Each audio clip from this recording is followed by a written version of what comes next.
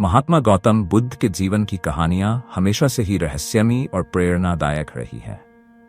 उनके जीवन में घटित हर घटना गहरे अर्थों से भरी हुई है और लोगों को जीवन का सही मार्ग दिखाती है। इस कहानी में हम एक ऐसे रहस्यमयी और प्रेरणादायक घटना को देखेंगे जिसने बुद्ध के एक शिष्य की पूरी सोच को बदल दिया। ये घटना उस शिष्य के जीवन में गहरे प्रश्नों का उत्तर देने में सक्षम रही और उसे सत्य के मार्ग पर अग्रसर किया।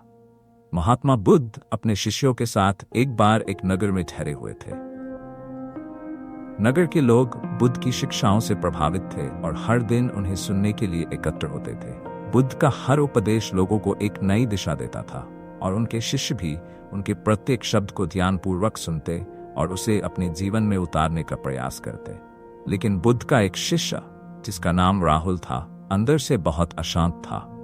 उसे जीवन के कुछ गहरे प्रश्नों का उत्तर नहीं मिल पा रहा था। उसे लगता था कि बुद्ध की शिक्षाएं बहुत महत्वपूर्ण हैं, लेकिन उनके पीछे छिपे गहरे अर्थों को समझने के लिए कुछ और चाहिए। वह कई दिनों से इस सोच में डूबा हुआ था कि जीवन का वास्तविक सत्य क्या है। राहुल के मन में यह सवाल दिन रात घूमता रहता था कि संसार का असली अर्थ क्या है और क्या वास्तव में जीवन और मृत्यु के परे कोई सत्य है। उसने कई बार बुद्ध से इस बारे में पूछना चाहा, लेकिन वह संकोच कर जाता था। एक दिन जब उसका धैर्य टूट गया तो उसने बुद्ध के सामने अपना प्रश्न रख ही दिया। गुरुदेव, मैंने आपके सभी उपदेश सुने और समझने का प्रयास किया है, लेकिन मुझे अब भी ये नहीं समझ आ रहा कि संसार का असली सत्य क्या है। मैं इसे जानने के लिए व्याकुल हूँ। कृपया मुझे इसका उत्तर दीजिए। बुद्ध ने उसकी गंभीरता को देखते हुए उसकी तरफ ध्यान से देखा और मुस्कुराते हुए कहा, राहुल, सत्य की खोज सरल नहीं है। इसके लिए तुम्हें गहराई में जाना होगा और अपने भीतर झांकना होगा। सत्य तुम्हें अचानक से नहीं मिलेगा। इसके लिए धैर्य और अनुशासन की आवश्यकता है। लेकिन मैं तुम्हें एक मार्ग दिखाऊंगा। कल सुबह तुम मेरे साथ चलोगे। राहुल के मन में उत्सुकता थी। वह जानना चाहता था कि बुद्ध उसे क्या सिखाने वाले थे। अगले दिन वह पहले ही तैयार हो गया और बुद्ध के साथ चलने के लिए तैयार हो गया। बुद्ध ने उसे जंगल की ओर चलने का निर्देश दिया। जंगल की ओर जाते समय बुद्ध और राहुल एक घने जंगल में पहुंचे, जहां चारों ओर सन्नाटा था। रास्ते में बुद्ध ने राहुल से कहा, राहुल, इस जंगल के भीतर एक रहस्यमयी गुफा है और उस गुफा के भीतर तुम्हें तुम्हारे प्रश्नों के उत्तर मिलेंगे। लेकिन ध्यान रहे, गुफा के भीतर तुम जो भी देखोगे वह तुम्हारे मन की स्थिति का प्रतिबिंब होगा। यदि तुम्हारा मन शांत और स्पष्ट है तो तुम्हें सत्य की झलक मिलेगी, लेकिन यदि तुम्हारा मन अशांत और भटका हुआ है तो तुम केवल भ्रम देखोगे। राहुल ने बुद्ध की बातों को गंभीरता से लिया और वे दोनों उस गुफा के समीप पहुंचे। बुद्ध ने राहुल से कहा, तुम इस गुफा के भीतर अकेले जाओगे। जब तुम्हें सत्य का अनुभव हो तब तुम वापस आना। लेकिन ध्यान रहे, जो भी हो शांत रहो और धैर्य बनाए रखो। राहुल गुफा के भीतर जाने के लिए तैयार हो गया, लेकिन उसके मन में हल्की सी आशंका थी। वह सोच रहा था कि गुफा के भीतर क्या हो सकता है। जैसे ही वह गुफा में प्रवेश करता है, उसे वहां अंधकार और एक रहस्यमयी सन्नाटा महसूस होता है। गुफा के भीतर प्रवेश करने के बाद राहुल को धीरे धीरे वहां अजीब आवाजें सुनाई देने लगी।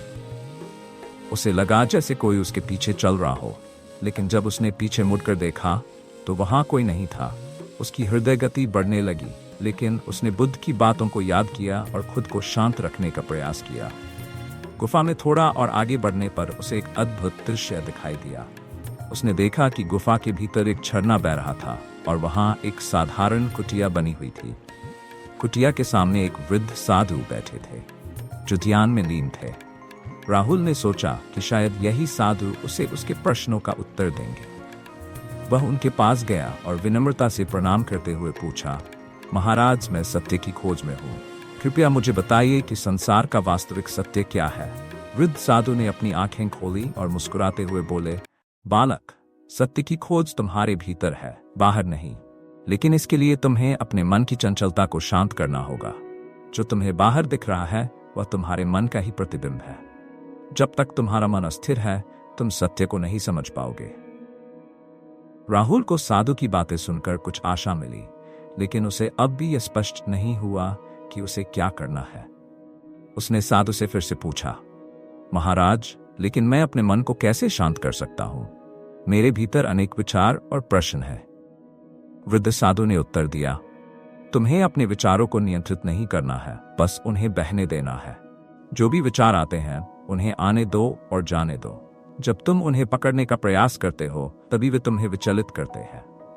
धैर्य और ध्यान से तुम अपने भीतर के सत्य तक पहुंच सकते हो। राहुल ने वृद्ध साधु की सलाह मानकर गुफा के भीतर ध्यान लगाना शुरू किया। पहले तो उसके मन में अनेक विचार उमड़ने लगे। वह अपने जीवन के हर उस प्रश्न के बारे में सोचने लगा जो उसे परेशान कर रहे थे। लेकिन धीरे धीरे उसने साधु की बातों को ध्यान में रखते हुए उन विचारों को बहने दिया। उसने उन्हें रोकने का प्रयास नहीं किया और बस शांतिपूर्वक बैठा रहा। जैसे ही वह गहरे ध्यान में डूबा, उसे अपने भीतर एक अद्भुत शांति का अनुभव होने लगा। उसके सारे प्रश्न धीरे धीरे समाप्त हो गए और उसके मन में केवल शांति रह गई। उसे ऐसा महसूस हुआ जैसे उसने अपने भीतर के सत्य की झलक पा ली हो। वह समझ गया कि संसार का वास्तविक सत्य बाहरी चीजों में नहीं बल्कि हमारे भीतर है। कुछ समय बाद जब उसने अपनी आंखें खोली तो उसे गुफा के भीतर का दृश्य बिल्कुल बदल चुका था। अब वहां कोई झरना नहीं था, कोई कुटिया नहीं थी और नहीं कोई साधु।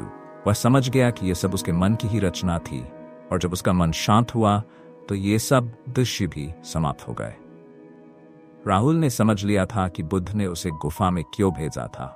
गुफा का रहस्यमयी दृश्य उसके अपने मन की चंचलता और भ्रम का प्रतीक था। जब उसका मन शांत हुआ तभी उसे सत्य की झलक मिली। वह पूरी तरह संतुष्ट और शांत महसूस कर रहा था। वह गुफा से बाहर निकला और बुद्ध के पास गया। बुद्ध ने उसे मुस्कुराते हुए देखा और पूछा, राहुल, क्या तुम्हें अपने प्रश्नों का उत्तर मिला? राहुल ने सिर झुकाते हुए कहा, हाँ गुरुदेव, मैंने समझ लिया कि सत्य बाहरी संसार में नहीं बल्कि हमारे भीतर है। जब हमारा मन शांत होता है तभी हमें सच्चे ज्ञान और सत्य की प्राप्ति होती है। बुद्ध ने प्रसन्न होकर कहा, सत्य की खोज के लिए धैर्य और ध्यान की आवश्यकता होती है। जब हम अपने भीतर की चंचलता से मुक्त होते हैं तब ही हमें संसार का वास्तविक अर्थ समझ में आता है। इस रहस्यमयी और प्रेरणादायक कहानी से हमें यह सीख मिलती है कि संसार का वास्तविक सत्य और ज्ञान हमारे भीतर ही छिपा हुआ है। बाहरी संसार में जितनी भी समस्याएं और चुनौतियां हैं, उनका समाधान हमारे मन की शांति और स्थिरता में ही है। जब हम अपने मन को शांत करके ध्यान में लगते हैं तब हमें जीवन के गहरे प्रश्नों का उत्तर मिल जाता है। महात्मा बुद्ध की ये शिक्षा हमें यह सिखाती है कि जीवन में धैर्य, ध्यान और आत्मनिरीक्षण के माध्यम से ही हमें सच्चे सुख और शांति की प्राप्ति हो सकती है। ये कहानी हमें प्रेरित करती है कि हम अपने भीतर की यात्रा करें, अपने विचारों को नियंत्रित करने का प्रयास बल्कि उन्हें बहने दें और अंततः सत्य की झलक प्राप्त करें।